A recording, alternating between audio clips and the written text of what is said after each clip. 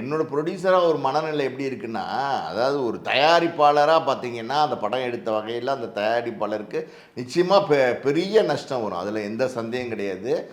ஆனா பார்த்தீங்கன்னா, நம்ம தமிழ் தயாரிப்பாளர் வந்து படம் போட்டிருக்காரு. அவர் வந்து கஷ்டப்படுறாரு அப்படின்னா நம்ம யோசிக்கலாம்.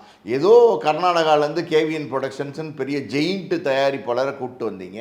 அதனால நம்ம வருத்தப்படுறதுக்கு ஒண்ணும் இல்ல. அவர் தெரிஞ்சே தான் வந்தாராமா. அதனால தெரிஞ்சு வந்ததுனால இதெல்லாம் நடக்கும்னு அவருக்கும் தெரியும்.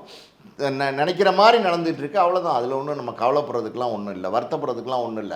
விஜய வளர்த்து விட்டது தமிழ் தயாரிப்பாளர்கள் தானே. விஜய் முதல் படம் எடுத்தது தமிழ் தயாரிப்பாளர் தானே. விஜயோடைய வெளிப்படங்கள்ல அடுத்தடுத்த படங்கள் எடுத்ததெல்லாம் தமிழ் தயாரிப்பாளர் தானே. பூ உனக்காக கொடுத்தது யாரு? காதலுக்கு மரியாதை கொடுத்தது யாரு? கில்லி கொடுத்தது அப்புறம் யாரு? அப்புறம் கோலி, கீலி, கோலி எல்லாம் கொடுத்தது யாரு?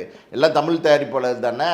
அப்படி இருக்கும்போது இப்போ இன்னைக்கு எதுக்கு கன்னடா தயாரிப்பாளருக்கு டேட்ஸ் கொடுக்குறீங்க?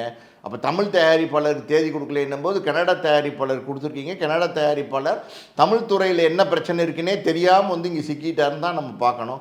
அதாவது பரவாயில்ல, ஒன்றும் தப்பு இல்லை. அதாவது என்ன காரணங்களுக்காக சார் இப்போ வந்து படத்தை ரிலீஸ் பண்ணக்கூடாது அப்படின்னு நினைக்கிறாங்க? இல்லை, என்ன காரணம்னா இப்போ வந்து படத்தை ரிலீஸ் பண்ணக்கூடாது. காரணம்லாம் சொல்ல மாட்டாங்க. படத்தை ரிலீஸ் பண்ணக்கூடாதுன்னா படத்தை ரிலீஸ் பண்ணக்கூடாது. பண்ணக்கூடாதுன்னா பண்ணக்கூடாதுன்னா பண்ணக்கூடாது. பண்ணக்கூடாது எதுக்கு சார்? பண்ணக்கூடாது, அவ்வளோதான்.